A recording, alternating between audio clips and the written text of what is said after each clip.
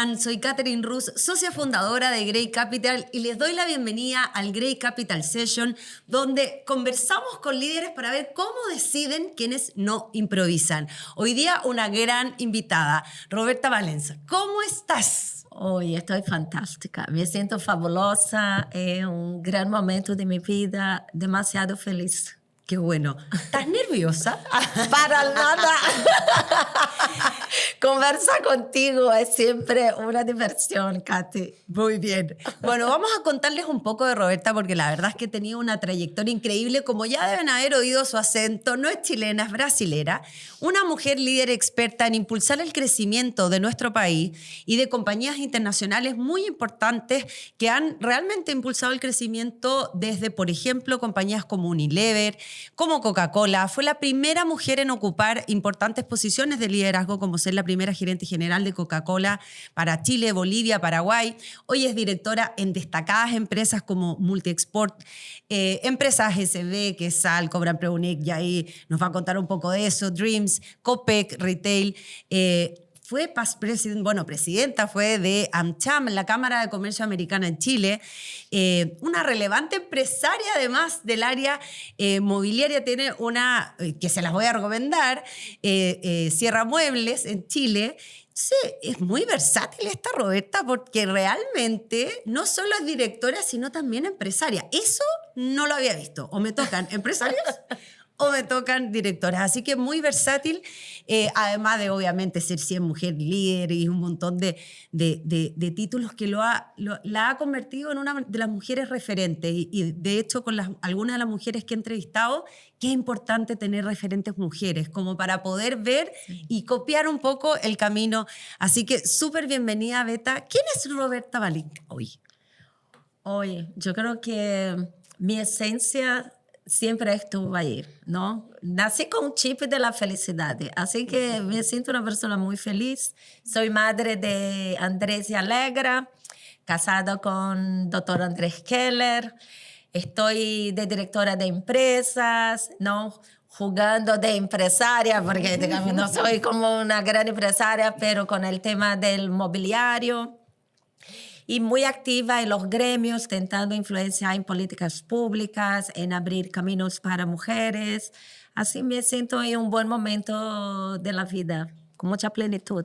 Me encanta, me encanta. Y me encanta que hayas dicho también lo de mamá, porque es una de las cosas súper importantes que hoy día vemos harto, ¿no? El tema de la tasa de la natalidad que ha bajado mucho.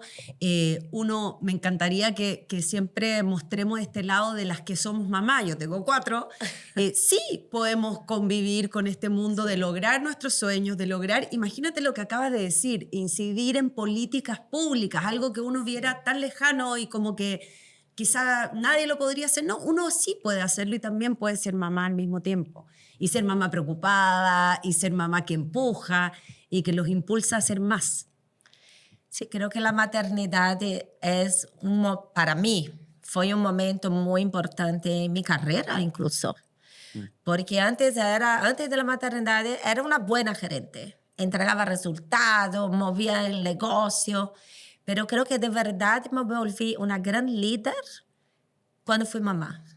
Más empática, conectando con una parte que es diferente. Muy importante del cuidado del otro, de saber priorizar mejor, de más que delegar una tarea, de delegar desafíos, de crear con el equipo, de construir una red de apoyo y que en el trabajo también ayuda a construir un network más amplio. La maternidad para mí fue un divisor de aguas, fue un momento muy importante en mi carrera. Me encanta este concepto, pasé de ser gerente a líder, porque cuando fui mamá entiendo que hay otras cosas que también son tan importantes. Qué buen concepto, Beta, qué perfecto, porque de verdad que uno, esto de ser multitask, de hacer 1000 cosas y de priorizar y de estar preocupada al mismo tiempo de tantas cosas, por supuesto que te debe volver una mejor líder. No había oído desde ahí, desde esa mirada, el concepto. La mayoría de mis entrevistadas reconoce el que ser mamá fue o ha sido una de las cosas más importantes de su vida, pero conectarlo con el trabajo Me parece súper importante y sobre todo para motivar a nuestras jóvenes que están haciendo sus carreras para decirles que sí se puede y que en realidad uno aprende desde otras miradas también a mejorar justamente sus carreras. Beta, le dicen Beta, así que le vamos a decir Beta con todo el cariño del mundo, ¿no? Te conviertes en la primera gerente general mujer de Coca-Cola en Chile. ¿Eras consciente del peso histórico de ese cargo? ¿Qué te parece? En el momento que me nombran, primero hubo una preparación, ¿no? Era la primera, obviamente había un temor dentro de la organización, pero era todo muy idiosincrásico, porque el sistema embotellador era muy masculinizado, nunca había existido una mujer que fuera como la contraparte con el embotellador.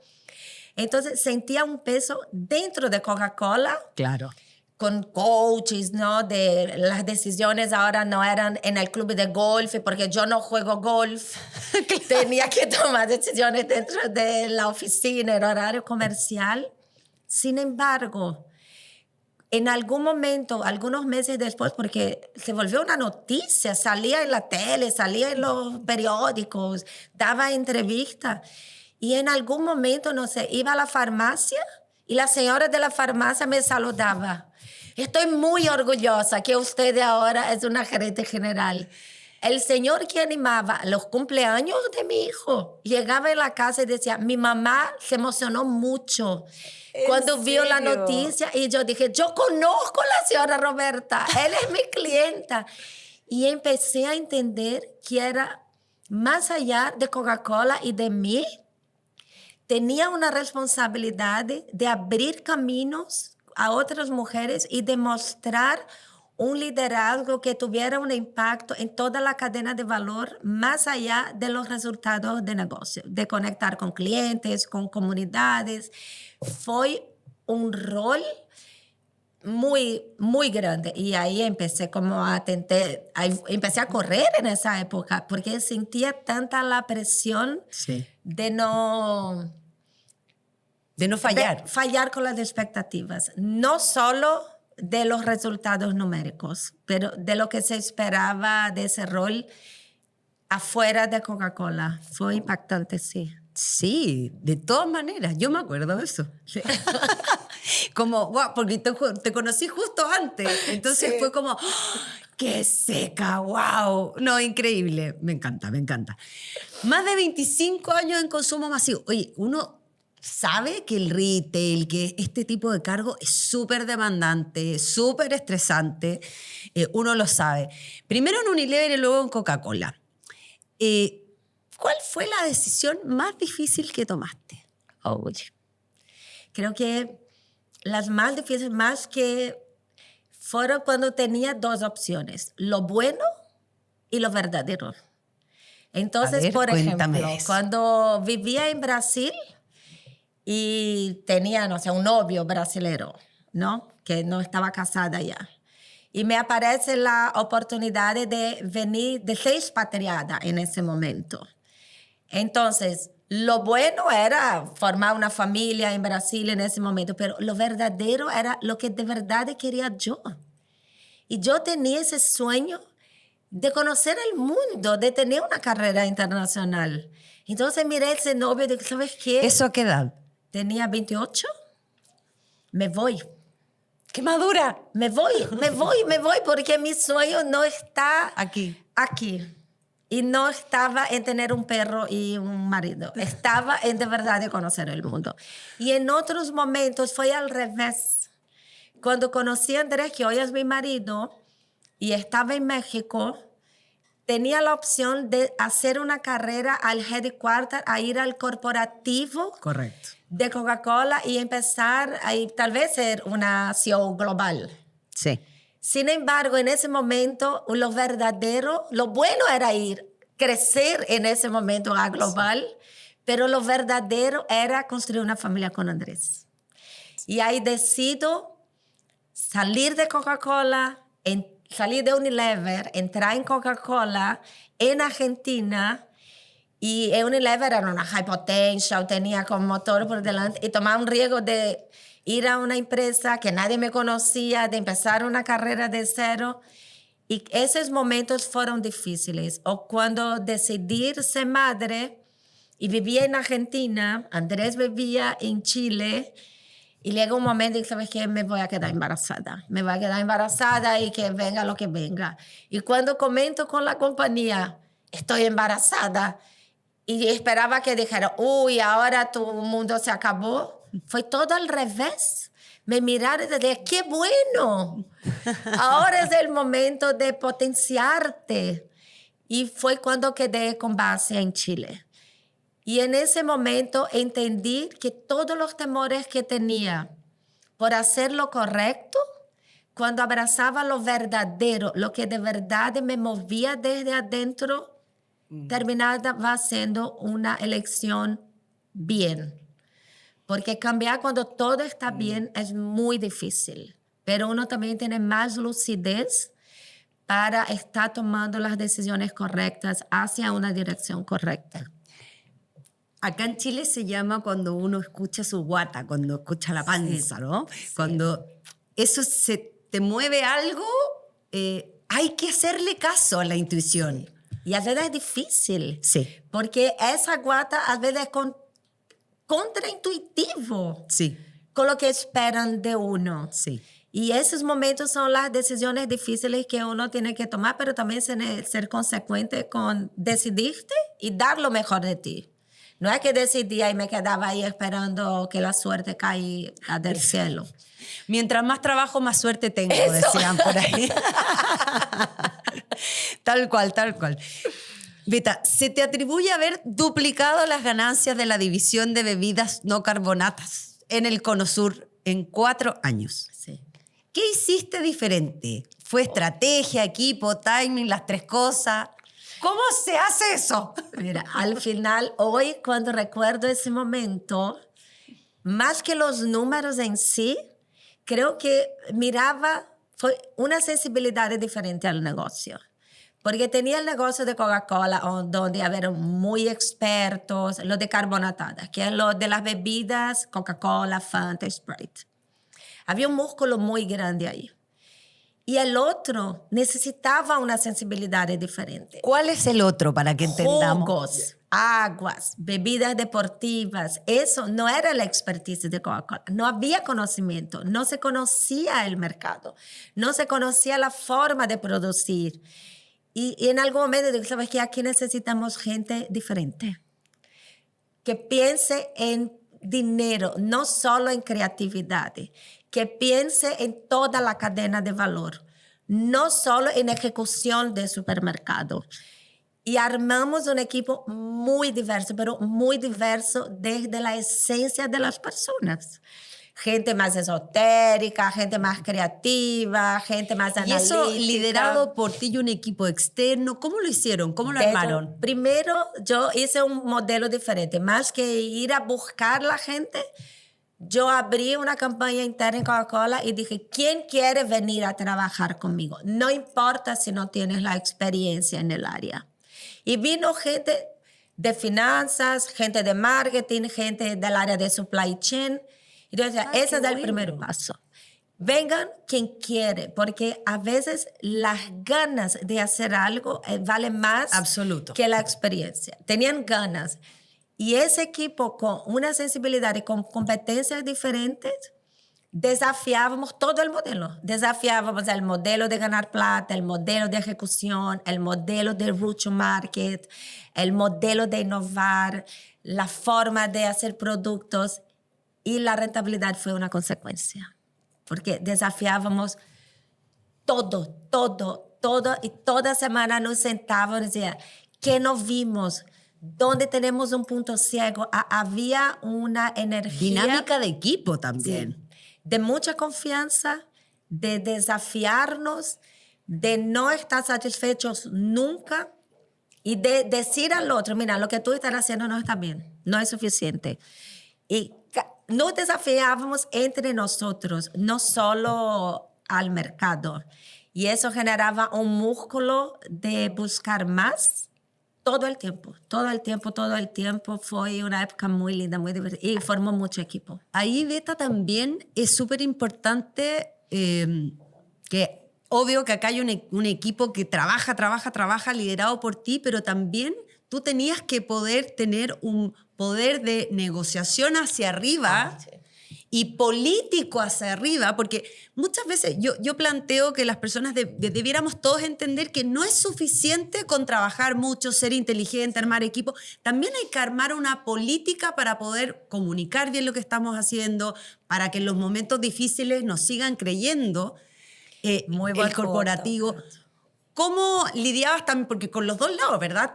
Generar este equipo nuevo, empujarlo, pero también convencer al corporativo de que era lo correcto. Hay una habilidad muy importante que es la comunicación. Y hoy creo que más que nunca con la inteligencia artificial es lenguaje. Entonces, teníamos una narrativa muy impactante. Primero que construíamos un storytelling, no solo de lo que estábamos haciendo, es como la historia empezaba del final. Decía, mira, eso queremos llegar. Y mostrábamos como el final de la película. Y decía, ¿y cómo vamos a llegar ahí? Y era el paso a paso. Y cada logro era un hito. Entonces, no esperábamos llegar al número final. Era una sumatoria de logros que yo decía, esa sumatoria de logros Es la que va a ser. vamos a llegar. Entonces, tenían confianza que no era un sueño loco. Había un sueño Y había un plan. y había un plan. Y había el talento por detrás. Y comunicación constante. Cada mes íbamos al comité ejecutivo mostrar los avances del plan y los resultados que impactaban no solo en la área de no carbonatadas, el valor que agregábamos a Coca-Cola. Porque teníamos que entender los stakeholders, ¿no? El Coca-Cola quería que Coca-Cola siguiera muy importante y protegido. Claro. El embotellador quería su rentabilidad. El supermercado quería la innovación y ganar participación de mercado. Y el talento interno quería ser reconocido y promovido. Entonces, agarrábamos todo eso, íbamos comunicando de todas las etapas, una comunicación continua. Qué importante eso. Con mucha inspiración, sí. Una narrativa interna es muy importante, porque si no sabes contar bien la historia, nadie te compra. Obvio, y no puedes enfocarte solo en el directorio o solo en tu proveedor o solo... Tus pares tienen que apoyarte. Claro. Si no te boicotean. Sí, Entonces tenía que exactamente. mostrar lo que estaban ganando. Si nosotros íbamos bien, Coca-Cola iba bien. Y yo siempre decía, a mí, yo miraba a los de Coca-Cola y decía, la primera persona que quiere que Coca-Cola venda soy yo. Porque si Coca-Cola está mal, el vendedor no va a vender jugo, va a vender Coca-Cola. Tal cual. Entonces necesito que Coca-Cola venda bien para que tenga tiempo de vender el jugo. Sí, obvio. Bueno, muy bien. Directamente de Recife, radicada en Chile hace más de una década. ¿Qué aprendiste del Chile corporativo que no encontraste en ningún otro mercado? Oye, esa... Además de que somos un nicho de este porte y todos se conocen. Las preguntas, Katy, bien profundas. He trabajado en muchos países, en Brasil, en México, en Argentina, Perú, Bolivia, Uruguay, Paraguay, en el día a día con Colombia.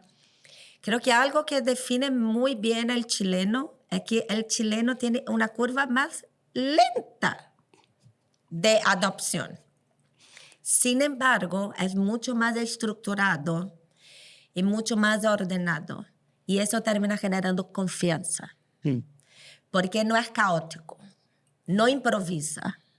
Entonces, no tiene esa creatividad arrebatadora de los argentinos, por ejemplo, no tiene la improvisación de un brasilero y ni tiene esa marcha ciega de los mexicanos que no cuestionan nada, tú das y avanza.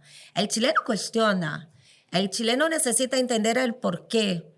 El chileno es estructurado, es ordenado y al final genera mucha confianza y eso es muy chileno. Sin embargo, hay ahí, si eso muy bien liderado, los resultados son insuperables porque hay una constancia, una consistencia que va a llegar y va a llegar de mejor calidad sosteniblemente. Sí. Pero si no está bien liderado, genera parálisis. Sí.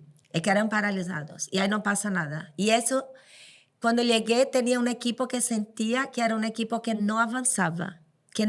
Todos decían, no, el chileno no es creativo, el chileno no hace nada disruptivo, porque no estaba puesto el talento de la manera correcta. Al servicio del objetivo de la compañía, que era diferente. Cuando se movilizan y entienden el porqué y se cuestionan y se desafían y abrazan, ahí van de manera se comprometen. Sí, ahí genera una confianza que es muy difícil de encontrar en otros lugares y una calidad de pensamiento que tampoco hay en toda parte. Y también lealtad. Por eso yo creo, porque no tengo el dato, pero que probablemente los chilenos pueden que duren más tiempo en los trabajos. Porque se comprometen más y les gusta sentirse seguros. Es algo, somos conservadores. De hecho, en la parte de inversiones, la mayor cantidad de inversiones de los chilenos está en la parte conservadora de la curva. Mira, pero creo que más que conservador, yo veo más como confiables. Estoy aquí porque creo en eso, porque estoy comprometido. Hay un compromiso genuino. No es un compromiso chanta. Es genuino, es real. Sí. Y es verdadero, como dices. Es verdadero. Me encantó eso. Sí. Durante tu gestión en Coca-Cola participaste de la adquisición de Guayarauco y de Hades. ¿Cómo se evalúa una marca para integrarla a un portafolio gigante? ¿Qué criterios no son negociables? Te quiero contar que justo tuve una entrevista donde hablamos de las fusiones, donde hablamos, y ella me decía que no solamente cuando uno adquiere otra empresa, claro, primero está mirando el número, pero desde su punto de vista lo más complejo era cuando tú fusionas culturas, porque son distintas. ¿Qué criterios no son negociables cuando hay fusiones, adquisiciones? ¿Qué aprendiste de ese proceso?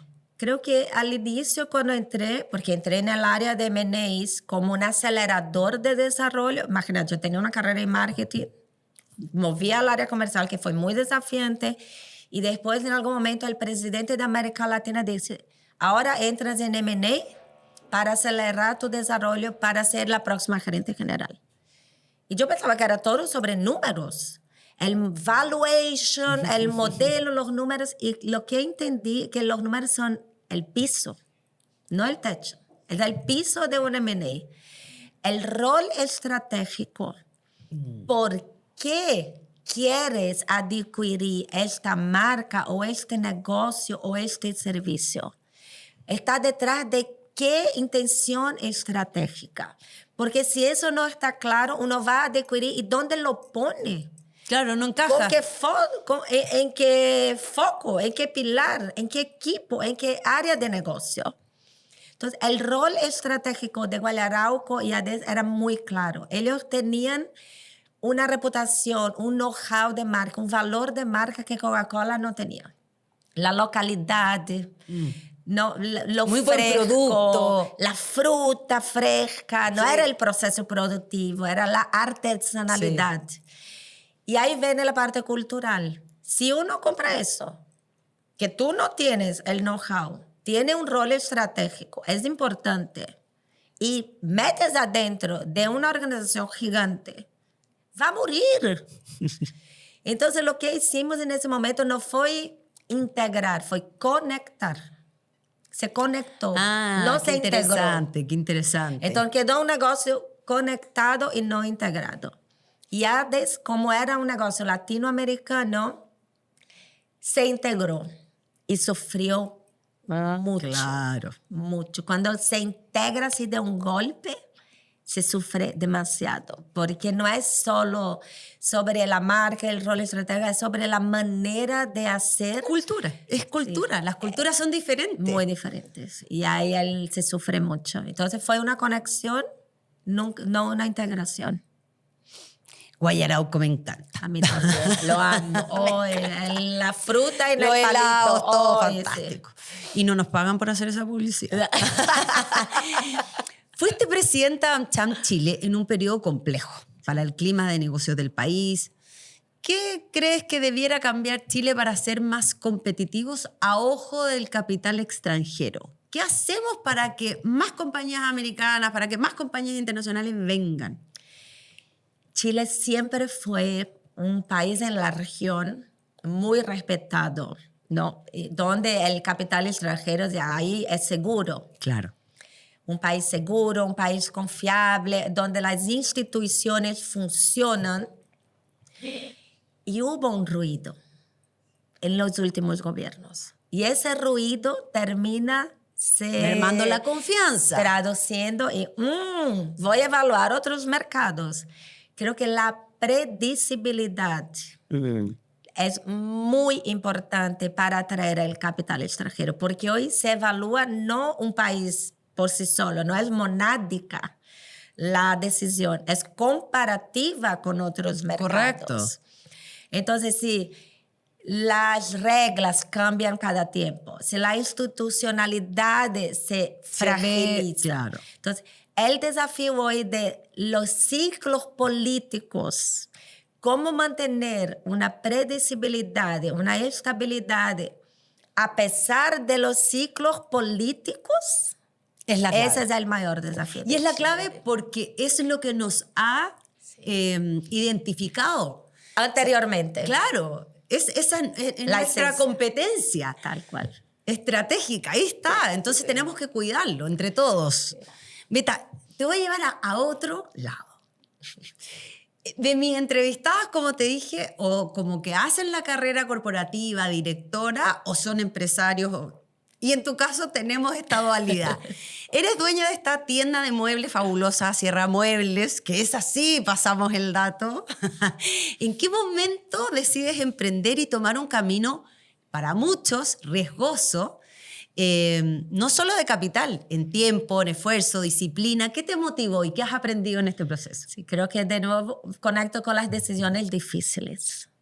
En un momento cuando hice un curso en Harvard sobre innovación, modelos de negocios, decían que las decisiones más importantes uno tiene que tomar cuando todo está bien, cuando todo va bien. Y yo estaba en mi mejor momento en mi carrera profesional. Estaba de gerente general, había entregado, más que entregado, había superado todas las expectativas de resultados, de talento, de cultura, de reputación, de aprobación en la cadena de valor. Y yo decía, ¿será que soy tan buena? ¿O esa estructura de verdad soy esa persona que construye? ¿O necesito una infraestructura para hacer eso? Tenía un desafío interno. Sentía que estaba en mi zona de confort.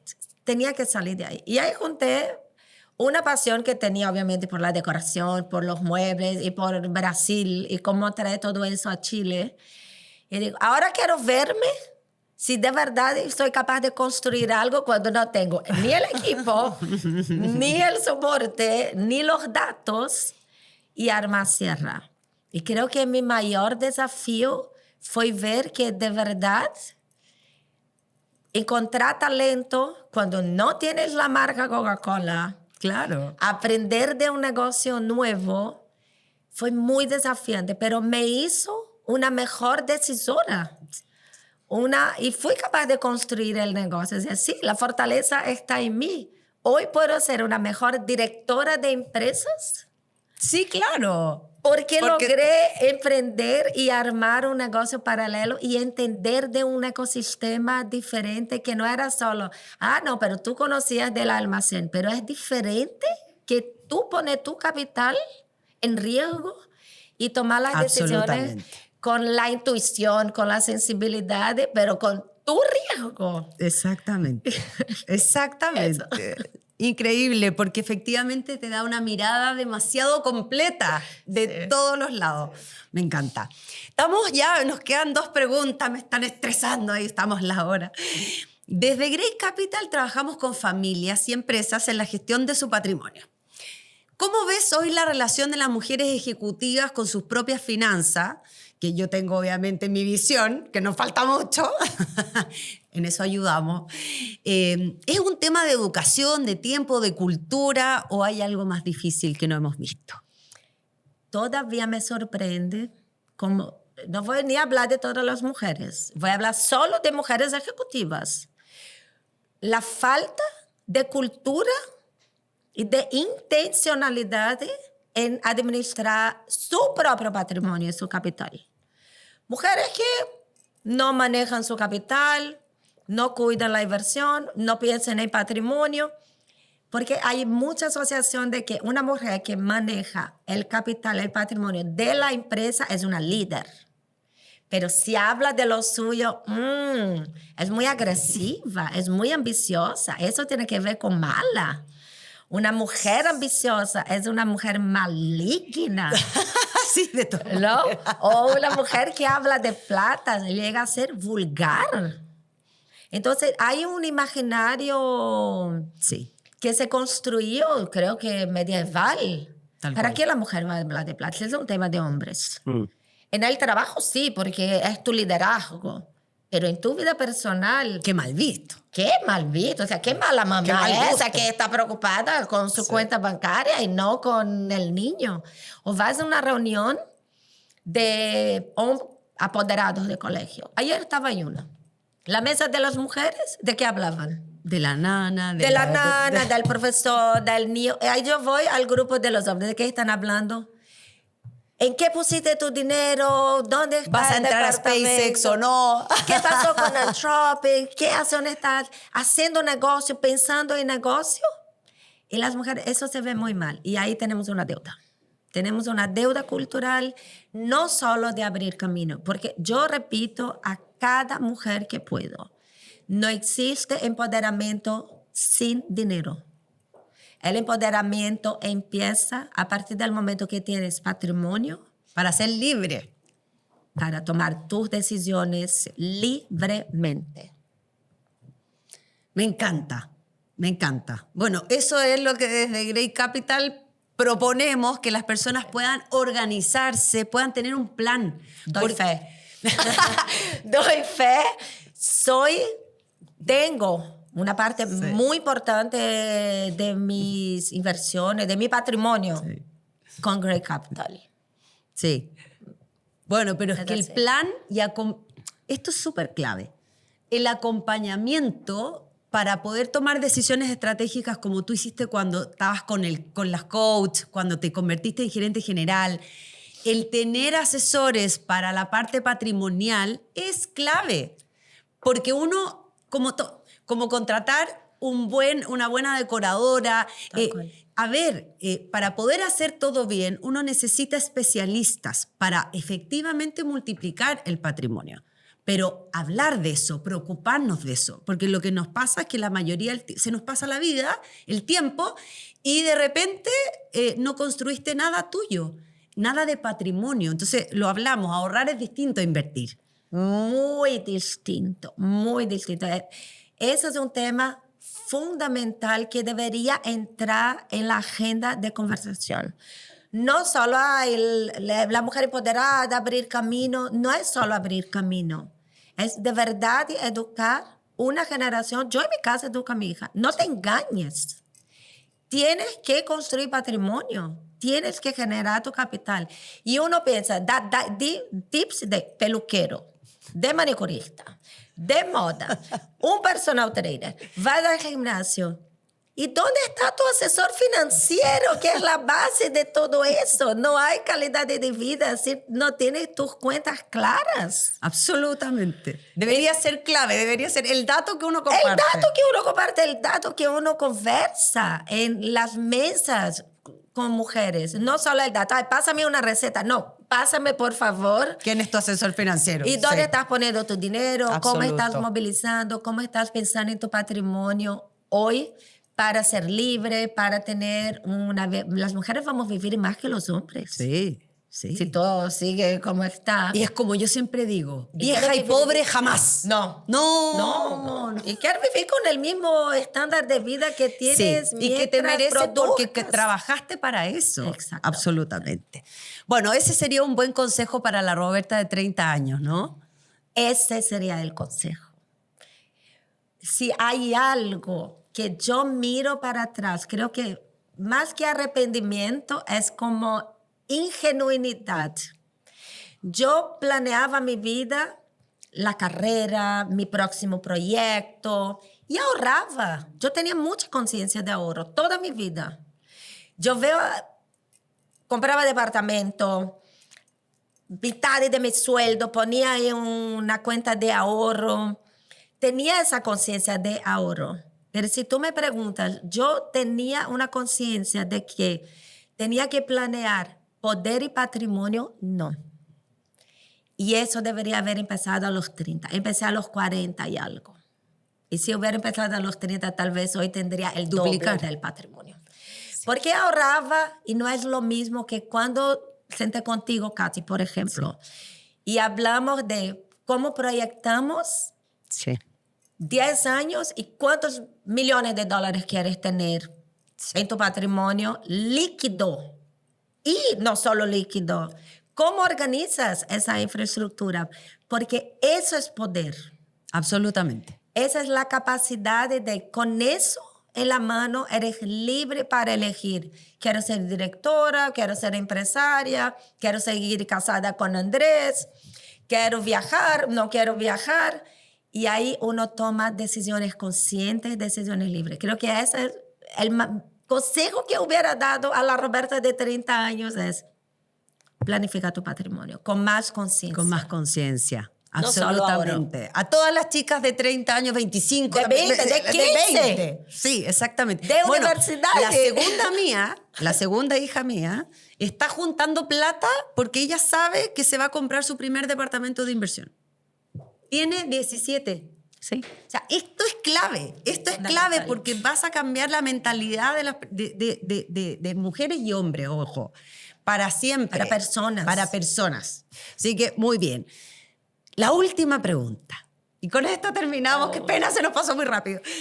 ¿Cómo te ves, Beta, en los próximos 10, 15 años? Oh. ¡Wow! Wow. Hablar de patrimonio es más fácil. Pero de uno creo que más que un plan, es un PowerPoint. No tengo ese plan en un papel, pero tengo la claridad del camino que quiero recorrer. Creo que quiero construir hijos autónomos, felices, plenos. Que eso que logré construir yo, de tener una vida plena, completa, de no tener vergüenza de ser feliz. Ay, qué De buena no tener frase. vergüenza a quererlo todo. ¿Por El qué trabajo, la familia, los amigos, de poder tener esa plenitud y al mismo tiempo seguir realizada. Entonces, mi camino claro de seguir aportando en los directorios, de poder hacer un cambio real, de seguir muy conectada con los gremios, de poder inferir continuamente en mejor políticas públicas para cambiar la vida nuestra de los chilenos, de ver Sierra crecer, Sierra Muebles crecer con identidad y con un propósito de dejar los hogares más felices, de transformar la vida de las personas. Y más que abrir camino a las mujeres, de ver ese proceso de mujeres en posiciones de poder en la TAM hecho una realidad y mujeres de verdad y con una conciencia financiera real, que construyan patrimonio, que sean libres de elegir porque tienen autonomía financiera. Clave, clave. Y ojalá seamos abuela. A eso, ay, no sé si alcanza mi tiempo, porque si mis hijos deciden tener hijos a la edad que yo tuve, yo no sé si estaré viva. Vamos Ese a estar deseo todavía probablemente no está. ahí nos vamos a poner el objetivo de ser las mejores abuelas. Ojalá nos toque. Bueno, Beta, ha sido una conversación súper entretenida, muy profunda.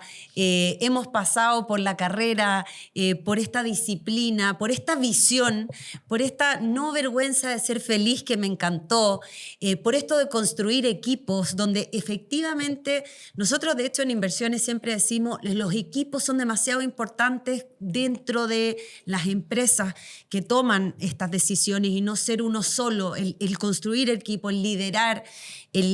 Nos quedamos con el concepto también de ser mamá y convertirse desde gerente a líder. Tantos conceptos que la Beta con tanta generosidad nos entregó en este capítulo y sobre todo me quedo también con el que las mujeres tengamos y sepamos conscientemente de que construir patrimonio genera libertad y poder. Así que gracias por esta conversación tan profunda, Beta, tan generosa como siempre. Claro. Y bueno, ojalá, yo creo que vamos a tener que invitarte de nuevo porque nos faltaron muchos temas. Así que muchas gracias por venir. Una alegría, gracias por invitarme y siempre es lindo estar contigo, Katy. Ay, gracias. Bueno, entonces los seguimos invitando a que vean los próximos capítulos del Great Capital Session en cómo deciden quienes no improvisan.